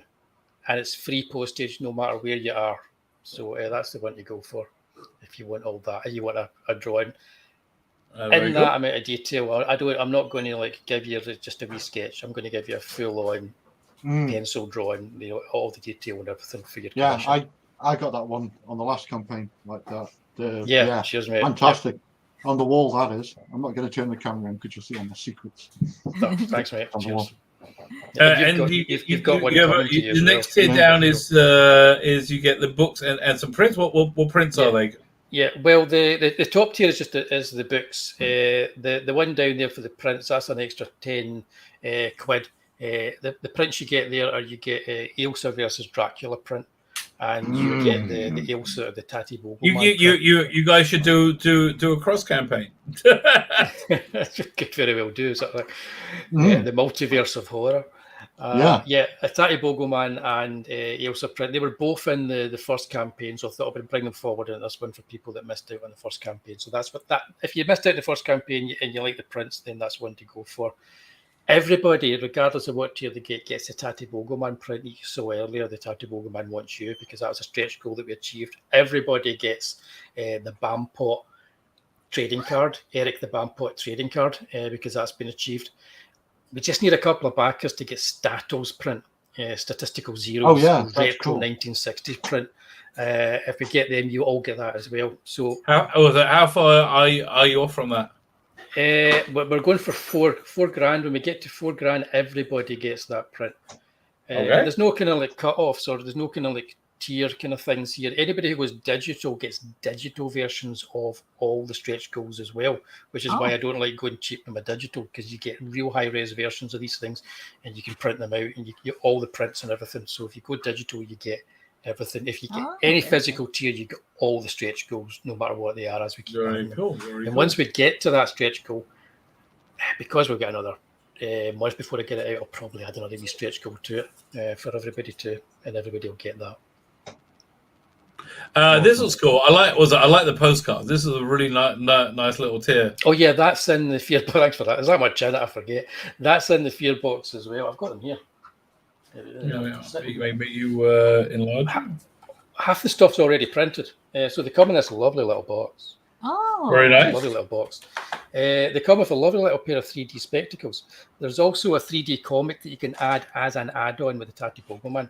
But the reason you get 3D spectacles in here is because one of the postcards is in 3D as well. That's neat. So here we have. Whoa, that's weird. That's the 3D one. Screen? Is that what's going on? That's the 3D one. I don't know what's going on there. And do I have my green screen on and thingy? I didn't turn it on. That's weird. No, because StreamYards does it. StreamYards, unless you remove the green screen background from StreamYards, if you don't set it to no background, it does that. Yeah. Oh, right. So that's what so it's done. weird. That's weird. Yeah. So you've got these postcards, and they are all perfect for framing, but they're also proper postcards. Right, that's what I'm doing with mine. I'm really psyched about it. Because I get postcards and campaigns, and these are nice for framing, but Technically, it's not really a postcard unless you make it. Getting them in the mail is so much fun. Look at that blue screen. Whoa! Yeah, I need to go and turn that off, Pete. I didn't realize that. You probably have to like log in, like log out, turn it off, and log back in. Yeah, but we get it. We understand what's going on. You get it. So these will come in a small box inside the big fear box. You also get the 3D Tatty Bogleman comic in that fear box as well. Right. I remember you showed me that. It looks so cool. So it's all nice stuff. Very cool. Awesome. Oh, what? Wrong button. There we go. That's the right one. Add to stream. There's back, and we're back. Fine. So there's that, and then the page you're looking at there. If you want to scroll down just a wee bit, that page there. Pete Bakewell, who was in the chat earlier on, who's back my campaign and Pete's campaign, and has now got a wee thing for the furries. That's him. I put him in the comic because he backed my last campaign. Well, which one is he? He's the guy with the top hat and the glasses. I thought he's just exactly the person I'm looking for this character. Mm-hmm. So I cast him in it. So there is the problem that if you do follow me and you put your real picture up in your profile, there's a good chance I'll put you in the comic as well. Yeah. I use all my neighbours. So anyway, so you got like a couple of months before you're shipping this, you reckon? Yeah, it will be out the door in October, definitely. Yeah. Okay. So see how far away you are. Oh God, you're less than $100 away from the next stretch goal. There's a couple of sales, mate. Really? Oh, right. Okay. Cool. Come on. If you scroll right down to the bottom, everybody can see Stato's stretch goal. It's statistical zero. You should all be following as well on Twitter. He's great, and he also streams with me on Thursday nights. Which is his? That's just the other. That's a really it's a lovely piece. I like that piece. Yeah, it's really cool. I think you're about $80 away. Like you're about 2 comics away. Oh, I know. 2 comics. Oh, one fear box. One fear box makes the work life happy for everyone.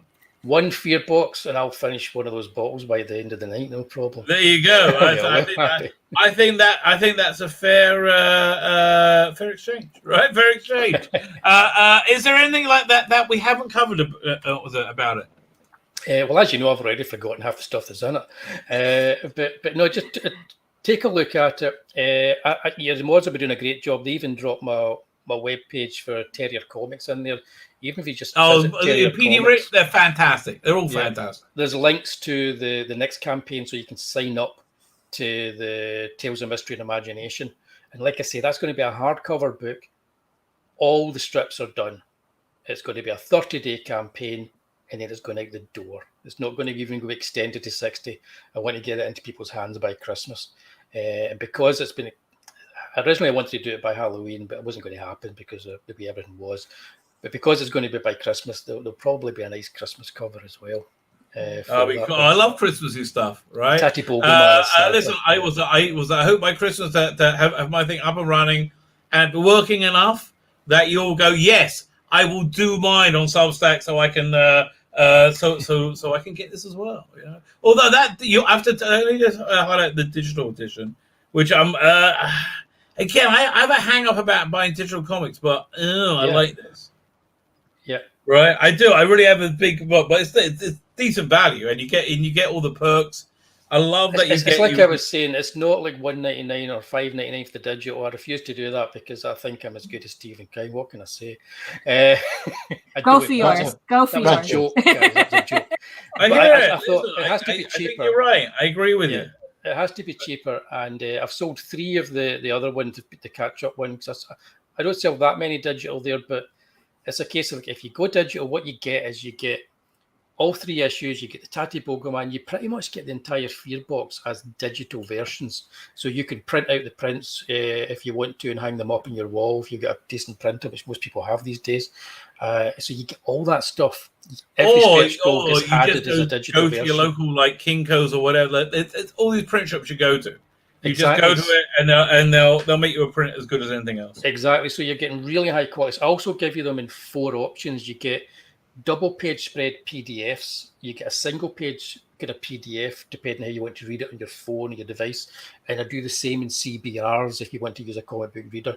So you get like all these options of various different ways to read it in the digital format. So when you go digital, it's not an afterthought in my case. It's good high-res quality stuff you're getting, and you get everything.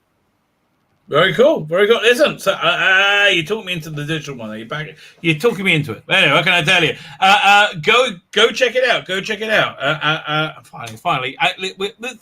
This is just your first thing girls we look at. We have to look at your furry stuff because I'm just fascinated. Okay. Like everything kind of like, so it's like we want vampires, werewolves, and then full-on wolves. You know? I guess so. Right? I guess so. So this is right. This is running right now. It's got 2 weeks to go. What is this? This is my series Tall Tales, which this is the series that I started with back in 1992. So this is some like really classic stuff in my career. And these 2 volumes collects the first 10 issues of a 20-issue story arc that I've done with this series. And so this is a thick book then. How many pages is it? Well, it's the first one is I kind of forget. It's like 140 something pages, and then the second book is like 120 something. So it's not off by much. And as you can see, it's like I have both books ready to go. They've been proofed and they're ready to go out the door. So the second this campaign is done, I'm sending them to the printer. Yeah, one second, a bit there. There we go. Yeah. So here are the actual books that you will be getting from the campaign.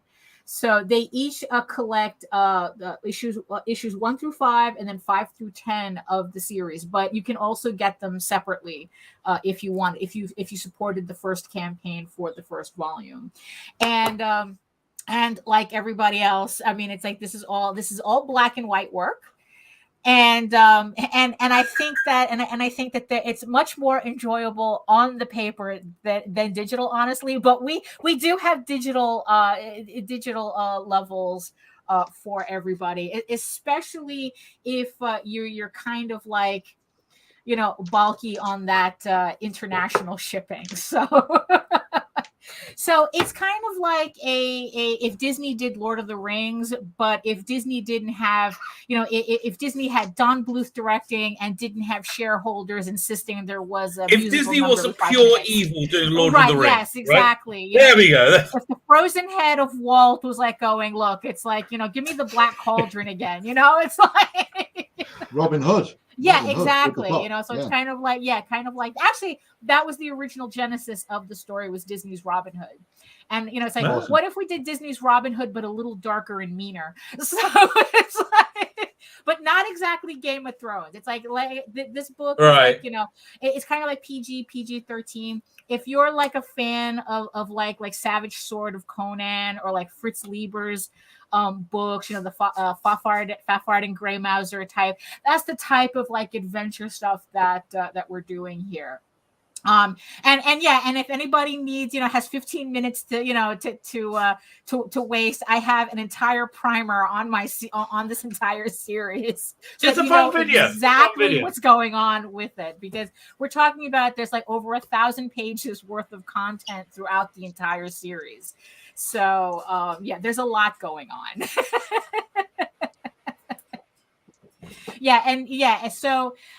So like I said, we have PDF tiers, we have volumes 1 and volume 2, so that, you know, we want you to have, you know, everything. You know, it's like and what's funny is like I feel a little underdressed because, you know, it's like, you know, I'm following these really prestige campaigns and it's like, oh, I have a little trade paperback because I just want to make everything affordable. It's lovely. That's a great book. You know, it's like, and I like to keep my campaigns really simple. And one of the things that we're also offering is that we have a vinyl toy that goes. I was going to say, what is this? Is this a plush or a vinyl? This is so cool. No, give me a second. Give me 1 second.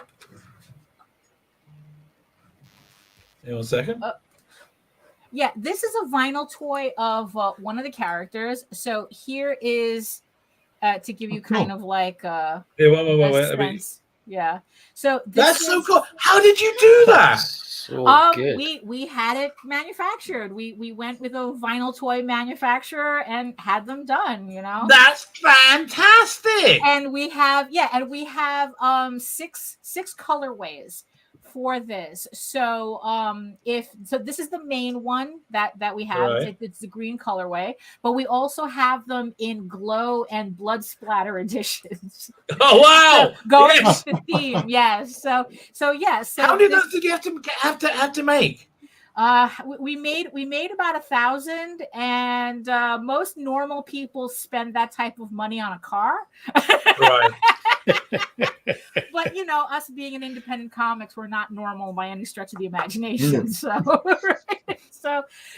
we have the tiers that come with the vinyl figure. Man, And- that's so cool. Yeah, and how if much you- are those tiers? How much? That's Well, just so cool. the tiers start off for the PDFs they're $8. The tiers for the books they start at $20, and Right. you can actually, and then it's like actually, and I think you can add on the extra vinyl toys for like an extra $15.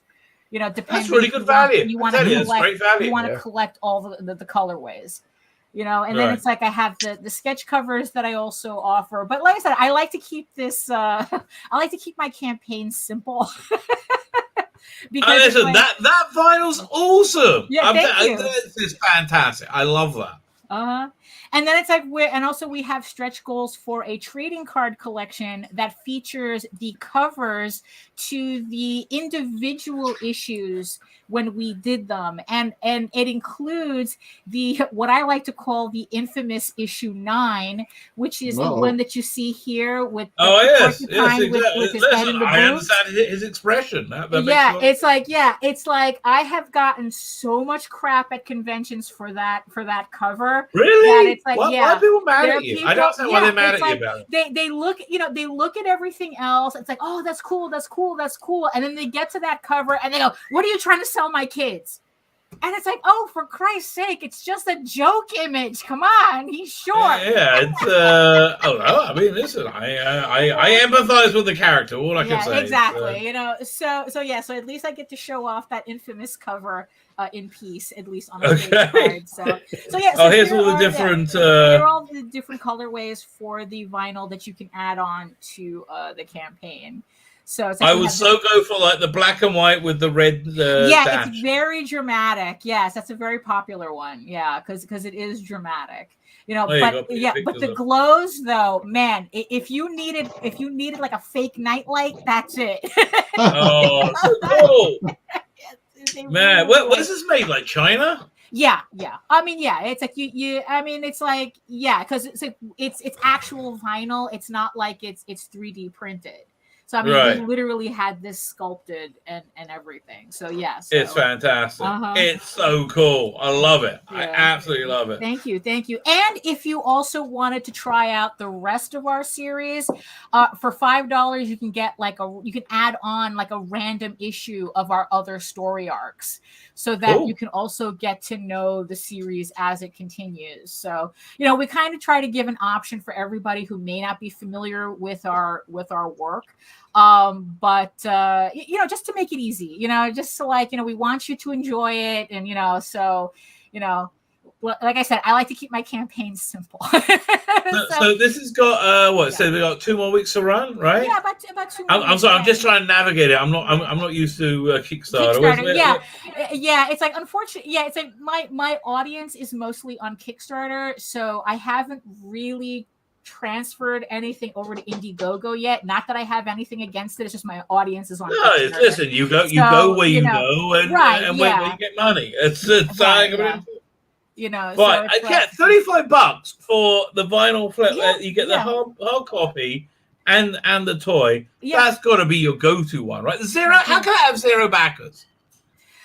Because usually either people just want the books or they want to get all the toys. So it's like they I hear. Yeah. I love the toy. I freaking love the toy. Yeah, thank Peter you. Richardson say he was kicked off Kickstarter. I look forward to when you do your Indiegogo because it's something that is in the pipeline. It just I know it's a different audience and it requires a different type of preparation. Everything's work, baby. Everything's exactly. Work. It's the same thing with Substack. It's like everything's work, right? Well, I like this. $15 for 2 digital issues, $20 for the hard Yeah, copy. for the one, yep. Shipping, very cool, very cool. And it's got 2 weeks ago. What happens when your 2 weeks are up? Do you have it in demand on Kickstarter or not? No, it's like actually after the campaign is done, it goes straight to print. Like I said, the books are ready, they're approved, so it's like within like 2 weeks, people should start getting their books. Okay, so if anyone is watching this in the future, right? Where can they find you? Oh, well, if you miss out on the campaign, you go to eagleworks.com and there you can find a link to talltalesonline.com, which is specifically dedicated to Tall Tales, according to the title. And you can sign up for our mailing list there. We have a store there where you can purchase that we're going to be putting the books, like the first volume is on our store right now. So you can also get it there if you missed the Kickstarter. This is my other book, Eagle Raven, that I was telling you about. This is the PG-13 one, right? Right, that's the PG-13 one. Right, it's like that one's more for mature readers. And I have a link there to the campaign for this book launches in September. So I have a link. Do I click on it? Will it take me to it? Well, if you scroll down a little bit more.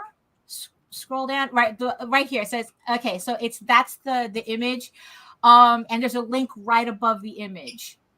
Click here. Yeah, there we go, and that takes you to the pre-launch page for that campaign that launches September 20th, and that one collects issues 1 through 3 of Eagle Raven, which again is a book that I have done, and I'm just proofing right now, ready to get samples from the printer. So by the time the campaign launches, the book is ready to go to the printer too.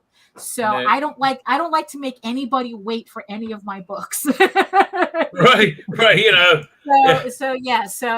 No cold feet. Right, no cold feet at all. It's like these books are done when my campaigns launch. So fine, and then if you or you can go to your store here, I guess. Right. Yes. Mm-hmm. So it's like So volume 1 is already for Tall Tales is already up on the store. So if you miss any of the campaigns, or for some reason you can't use Kickstarter, or it's not your platform of preference, I have other options. Right, you just buy them like a normal person buys. Right, yeah. Right, yeah, exactly. So it's like, so you find, so yeah, we have the volume 1, we have the other Tall Tale series that I also have that continues from the trade paperbacks. So how big are these books? They're comic book size. So they're what? Okay, fine. They're 32 pages, and they're standard. They're standard comic book size. Right, and then there's these. All right, so those are the sketchbooks. This isn't the porn, right? This is the. Well, the technically, I can't have the full versions. On the website, because again. Oh, so this is okay. This is the fun stuff. Yeah, so this is more like like Sports Illustrated, Maxim type, furry stuff. Kind of like your portfolio for the male gaze. Right. Okay. So we click on one. Furries, yeah, there you go. You'll see. Yeah. Fine. I remember looking at these. Yeah. So it's like it's just all. So I picked on the guy one, obviously. Right. That's just my life. Okay. So if you're a lady or you're gay, good times. I have something for everybody. Yes. Yeah. Let me find the girly one. Which is the girl? Well, you can click on that house. Sorry, bikini. Okay, that sounds good. We should be okay on that. Right? Yeah. So it's like, so that's that's kind of like more indicative of the type of work that I do in terms of furry pinups and whatnot. It's just fun. Honestly, exactly. I like the steampunky one. It's just fun. Yeah, so it's like but the so if you go to House of Bob, that's a little bit raunchier, but it's still safe for work. where's it? Oh, House of Bob. Sorry. Yeah, there we go. So so this one, so like I said, this one is is a little raunchier. Oh yeah, you're not joking. Yeah. So you see, it's so weird. There's the butt cheek that got me in trouble on Patreon. Where is it? There, that thing. That's it. Yeah. Blimey.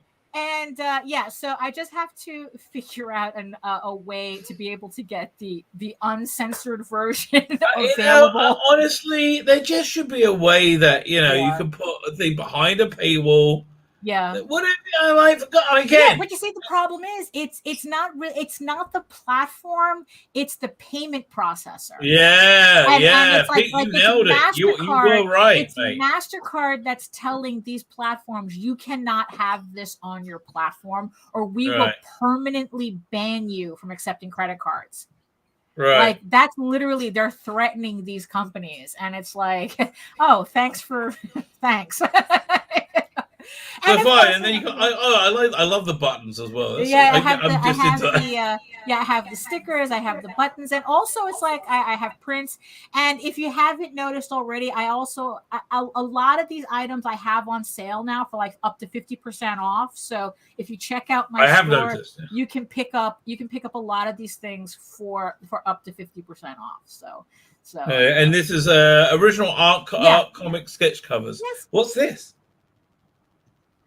Oh, it's a Walt Disney Comics sketch cover that they had blanks, and it's like I'm just goofy cool. So this is this is a cool way to get a piece of original art. $20, that's not bad. Yeah. There you go. Click over today. Yeah. But is there anything else that I haven't looked at you would like me to look at? Getting a bit of Skeletor there. I like Masters of the Universe. A lot of people didn't. I'm telling you, it's like, look, I'm all about the classic Masters of the Universe, so I don't concern myself with the new stuff. So Good. I love this Minion sticker. This Breaking Bad. That's so cool. Yeah. Fine. Is there anything else you would like to highlight or point to? No. I mean, it's like that's pretty much everything. I mean, it's like if you just head on over to my website, head on over to my Kickstarter. I have 2 more weeks on the Tall Tales Kickstarter. My other campaign for Eagle Raven starts September 20th. And it's like, and like I said, it's like, if you miss anything, it's going to be available on the website, so. Oh, but the thing is too, it's like if you just wanted to try out any of my comics, you can, when you go to the website, you can actually read them for free online. There you go. You can try everything out, and because you can that's my basic premise. I think our work sells our work better than anything else. I just honestly really do. Yeah. Fine, I'm going to wrap up. As I said, my wife had her 3rd jab. She turned green. And she's been she has not felt well, so I'm going to go check on her, see what color she's now. Who knows what dares to dream? But I'm going to wish you all a good evening. Thank you for joining us, Pete. Awesome. Congratulations on your book, Daphne. 2 weeks. You're going great, and Wullie, it's all looking great. It's all looking fantastic. Fine, hit the end broadcast button. You still got a lot of boosts behind you. I guess you can do your own stream to finish it off. Hit the end broadcast button. Hit it again.